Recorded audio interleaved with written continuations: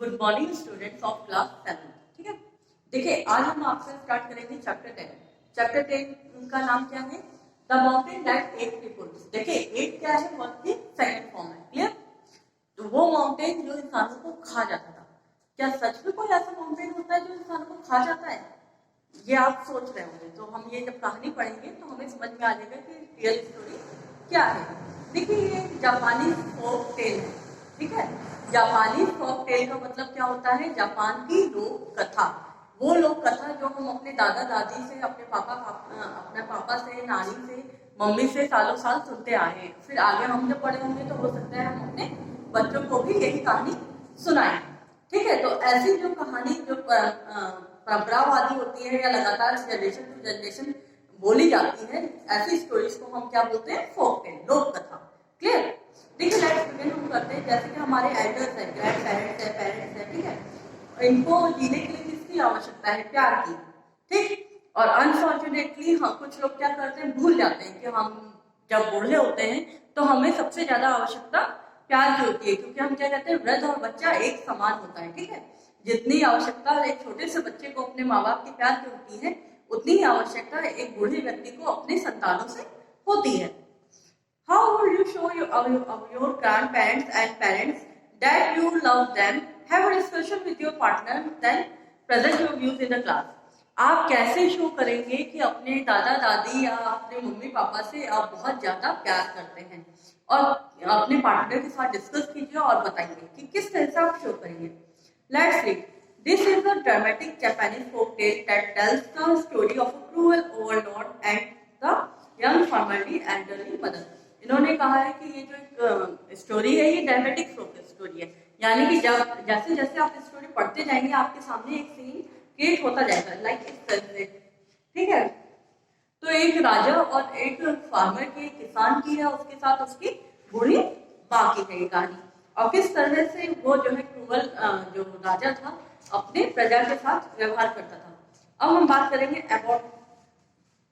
तो ऐसी स्टोरी में क्या होता है, कोई ऑथर नहीं होता। ठीक है, ऑथर क्यों नहीं होता? क्योंकि ये हम जो है लोगों से सुनते हैं, इसका कोई साक्ष्य नहीं है कि ऐसा हुआ ही होगा या ऐसा ही होता ही होगा। बस एक स्टोरी है जो कि जनरेशन टू जनरेशन जो है सुनाई जा रही है और वो आगे बढ़ती जा रही है। सभी लोगों को इस स्टोरी का ज्ञान होता जा रहा है।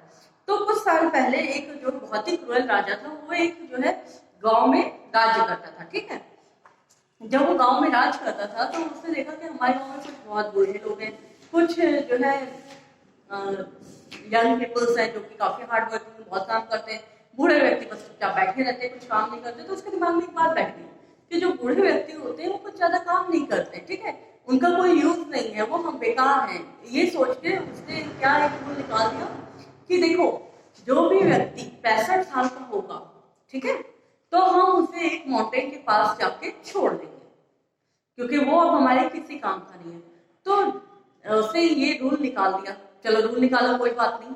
उसके बाद उसने ये कहा कि जो व्यक्ति ऐसा नहीं करेगा उस परिवार का, तो उसको मैं जो है एक कारागार में डाल दूंगा। ठीक है, तो लोगों ने डर के मारे अपने वृद्ध माता पिता को जो है माउंटेन के पास छोड़कर जाना स्टार्ट किया। उसी ही गांव में एक छोटा एक जो है फार्मर रहता था। ठीक है, फार्मर और उसकी माँ रहती थी। अब वो किसान और उसकी माँ दोनों आपस में बहुत प्यार से रहते थे और अच्छा जीवन व्यतीत कर रहे थे। अब किसान देख रहा था धीरे धीरे उसकी माँ क्या होने लगी, वृद्ध होने लगी। उसे डर सताने लगा कि उसे भी औरों की तरह अपनी माँ को उस जो है माउंटेन में छोड़ना पड़ेगा। अब मैंने आपको बताया था कि the mountain that eight people, तो ये माउंटेन लोगों को खा नहीं जाता था। इस माउंटेन में होता क्या था कि जहां भी आप किसी बूढ़े व्यक्ति को आप वहां छोड़ के जाएंगे, ना खाने के लिए ना पीने के लिए, तो अट्टा से कुछ टाइम बाद मर जाते हैं। ठीक है, और मर जाएंगे तो वो वापस आएंगे नहीं। तो इस कारण इस माउंटेन का नाम रख दिया कि the mountain that eight people. ठीक, तो ऐसे अब फार्मर को चिंता सताने लगी कि मेरी माँ भी धीरे धीरे वृद्ध होती जा रही है और मुझे उसे वहां छोड़कर जाना पड़ेगा। कई दिन बीतते गए और जो है उसकी हिम्मत नहीं हो पाई अपनी माँ को ये बात बताने की। पर उसकी माँ ने जो है उसे खुद ही ये बात कही कि अब मैं वृद्ध हो चुकी हूँ और तुम्हें मुझे वहां पे दिन नजदीक आ गया कि अब तुम्हें मुझे उस माउंटेन पर छोड़कर आ जाना चाहिए। तो दोनों जो है यंग फार्मर और माँ जंगल के रास्ते उस माउंटेन के पास जा रहे थे। जब वो जा रहे थे तो रास्ते में उसकी माँ क्या कर रही थी, टहनियों से पत्तियां तोड़ रही थी, छोटी छोटी पत्तियां या डंठल तोड़ रही थी। तो काफी देर तक वो ऐसे करती रही रास्ते में। तो फार्मर ने पूछा कि माँ तुम ये क्या कर रही हो, बार बार आप लकड़ियां क्यों तोड़ रही है, किस लिए इकट्ठा कर रही है?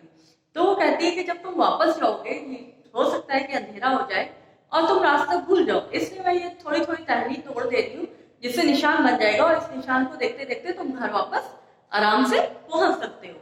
तो फार्मर कहता है मैं तुम्हें जो है माउंटेन में छोड़ने जा रहा हूँ और तुम मेरे लिए इतना सोच रही हो, और माँ सच में मैं तुम्हारे बगैर नहीं रह सकता हूँ, और चलो माँ वापस चलते हैं, मैं तुम्हें माउंटेन में नहीं छोड़ूंगा। जो है राजा जो भी सजा दे वो हम दोनों को मंजूर हो गया, अगर वो काल कोठरी में भी डालता है हमें तो डालने दो, आखिरकार तो मुझे भी जो है उस माउंटेन में जाना है और एक दिन मरना ही है। तो वो दोनों वापस आ जाते हैं। अब किसान सोचता है कि अगर राजा को ये बात पता चल गई तो वो हमें काल कोठरी में डाल देगा, तो उसने क्या किया, अपने ही घर में एक अंडरग्राउंड रूम बना दिया, ठीक है, किचन के पास, और वहां अपनी माँ को रख दिया और माँ को समझाया कि आप यहाँ से बाहर मत निकलिएगा, किसी को भी पता ना लगे कि हम दो जन यहाँ पर रह रहे हैं। तो जब किसान खाना बनाता तो चुपके से अपनी माँ को उस अंडरग्राउंड में सेल में दे देता था, और सुबह अपना जैसे ही रोज वो लोग काम करते थे खेतों में, तो ऐसे अकेले काम करने जाया करता था, ठीक है।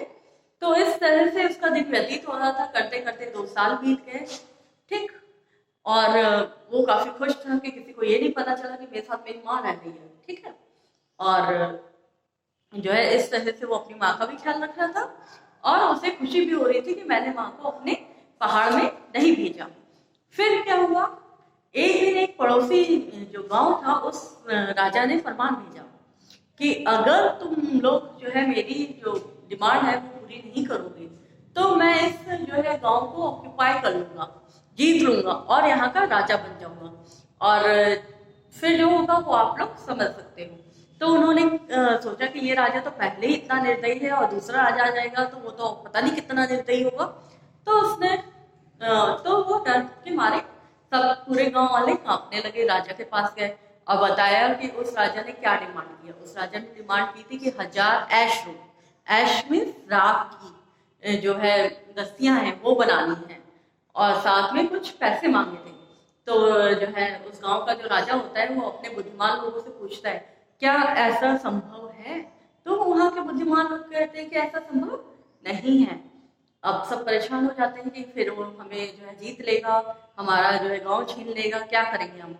तो जो फार्मर होता है वो घर जाता है, थोड़ा परेशान होता है, तो उसकी माँ पूछती है कि क्या बात है, तुम इतना परेशान क्यों हो। तो उसकी माँ कहती है कि चलिए मैं, ये तो बहुत आसान है। तो कहता है माँ इतना आसान कैसे हो सकता है ये। तो वो कहती है जो रस्सियां हैं, ठीक है, उसे नमक के पानी में डुबो दो, भिगो के रख दो अच्छे से, और फिर उसके बाद जब उसको जलाओगे तो वो अपने ही जो रस्सी का रूप होता है वो उसी रूप में रहेंगी और राख बन जाएंगी। तो वो दौड़ते दौड़ते राजा के पास जाता है और उन्हें इस समस्या का निवारण बताता है, और अपनी माँ को कहता है माँ तुम कितनी बुद्धिमान हो, आज तुम्हारी बुद्धिमानी से ये गांव बच गया, ठीक है। फिर जो है जब जैसी ये डिमांड पूरी हो जाती है गांव वाले खुश हो जाते हैं कि चलो हमारा गांव तो अब बच गया। फिर 2 दिन बाद क्या करते हैं, फिर पड़ोसी राजा बोलता है अपनी दूसरी डिमांड कि एक लकड़ी देता है वो टेढ़ी मेढ़ी, 7 तरह से वो टेढ़ी मेढ़ी होती है, और कहता है कि इसमें सिल्क का धागा पिरोना है एक कोने से दूसरे कोने तक, ठीक है। फिर राजा अपने बुद्धिमान लोगों को बुलाता है, कहता है कि बताओ इस समस्या का निवारण कैसे होगा। तो उसके बुद्धिमान जो लोग होते हैं उस गांव के, वो निराश हो जाते हैं, अपना सर झुका लेते हैं, कहते हैं ये तो उससे भी बड़ी समस्या है, अब ये क्या कैसे होगा। फिर गांव वाले सब परेशान हो जाते हैं और राजा अनाउंसमेंट भी करता है कुछ प्राइस का, वो भी देता है जो लोग समस्या का निवारण करते हैं, जैसे पहली समस्या का निवारण किया था उसने, तो उसको जो है 1000 सोने की शर्फियां दी। फिर इस बार ऐसी कुछ होता है तो फिर वो जाता है अपनी माँ के पास, कहता है माँ अब तो दूसरी समस्या आ गई। उसकी माँ फिर हंसती है, कहती माँ तुमको मैं बार बार समस्या बताता हूँ और तुम हंसती हो और इतने आसानी से सारी समस्याओं का निदान कर देती हो, माँ तुम बहुत बुद्धिमान हो। तो उसकी माँ कहती है ये तो सबसे आसान है, चींटी को जो है एक सिल्क के धागे से बांध दो, एक छोर में चींटी को रखो और दूसरे छोर में चीनी के टुकड़े रख दो, ठीक है। तो वो चींटी क्या है, जैसे जैसे लकड़ी से अंदर जाएगी चीनी को ढूंढते ढूंढते वैसे ही सिल्क का धागा एक छोर से दूसरी छोर पहुंच जाएगा। तो वो कहता है, खुश हो जाता है कि माँ तुमने इस समस्या का भी समाधान बड़ी आसानी से कर दिया। तो फिर राजा के पास जाता है दौड़ते दौड़ते, राजा को बताता है कि राजा आप अगर ऐसा करेंगे तो ऐसा हो जाएगा। तो राजा बहुत खुश होता है और ऐसा करके वो दूसरे जो गांव का राजा होता है उसको करके दे देता है। फिर थोड़ी दिन उन लोग खुशी से रहते हैं, शांति से रहते हैं।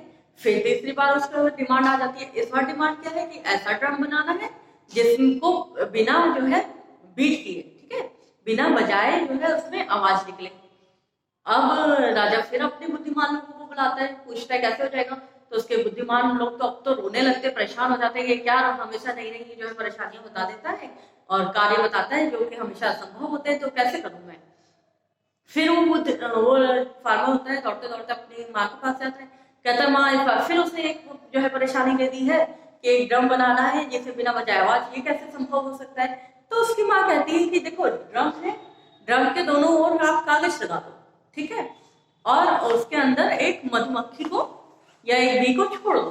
तो जैसे जैसे वो मधुमक्खी बाहर निकलने का रास्ता ढूंढेगी तो एक छोर से वो दूसरी छोर जाएगी, तो पेपर से टकराएगी और पेपर से टकराएगी तो आवाज आना शुरू हो जाएगी, ठीक है। उसकी बजिंग की नॉइज आएगी, कुछ जब एक तरफ से दूसरी तरफ लड़खड़ाएगी तो उससे भी जो है ड्रम के बजने की आवाज आएगी लगातार। तो वो कहते हैं ये तो सबसे आसान है, देखो मैंने कैसे सॉल्व कर दिया। वो फिर जाता है राजा के पास, राजा को बताता है कि आपकी इस समस्या का ये निदान है, ठीक है। तो राजा कहता है तुम जैसे दिखते हो इतने बुद्धिमान तो तुम हो नहीं, सच सच बताओ तुम्हारी मदद कर कौन रहा है। तो वो तो पहले डरता है कि अगर मैंने बता दिया तो राजा मुझे पनिशमेंट देगा। तो कहता है मैं तुम्हें कुछ नहीं बोलूंगा, तुम सच सच बताओ कि क्या है, कैसे तुम तुम्हारी परेशानियों का निदान कर रहे हो। तो वो बताता है कि देख आपने कहा था कि 65 साल के लोगों को जाके माउंटेन में छोड़ दो, मगर मैंने अपनी माँ को नहीं छोड़ा, अपने घर में एक अंडरग्राउंड जो रूम है उसमें उनको छुपा के रखा है।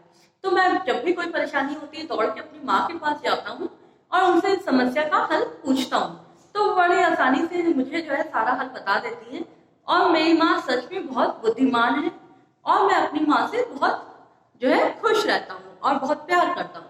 तो राजा को समझ में आ जाता है कि बूढ़े व्यक्ति, ठीक है, जिसे वो यूजलेस समझता था वो असल में यूजलेस नहीं है, उनके पास पूर्ण जो है बहुत ज्यादा ज्ञान का भंडार है और वो ज्ञान हमारे किसी ना किसी तरह आगे काम आते हैं। अगर बूढ़े व्यक्ति नहीं रहेंगे, उनसे हमें ज्ञान नहीं मिलेगा, तो हम कैसे जो है आगे की समस्याओं का निदान करेंगे। कुछ परेशानी ऐसी होती है जिसके सॉल्यूशन के लिए हमने अपने बड़ों से सलाह लेनी ही होती है। तो राजा ने अब जो ये रूल निकाला था कि बूढ़े व्यक्ति को हम जो है माउंटेन में छोड़ देंगे, वो रूल हटा दिया और खुशी खुशी सब जो है बूढ़े और जवान व्यक्ति उस गांव में रहने लगे। तो इस तरह से ये कहानी आपकी चैप्टर समाप्त होता है, the mountain that eight people. I hope बहुत अच्छे से आपको समझ में आया होगा और स्टोरी भी बहुत अच्छी लगी होगी। Thank you class.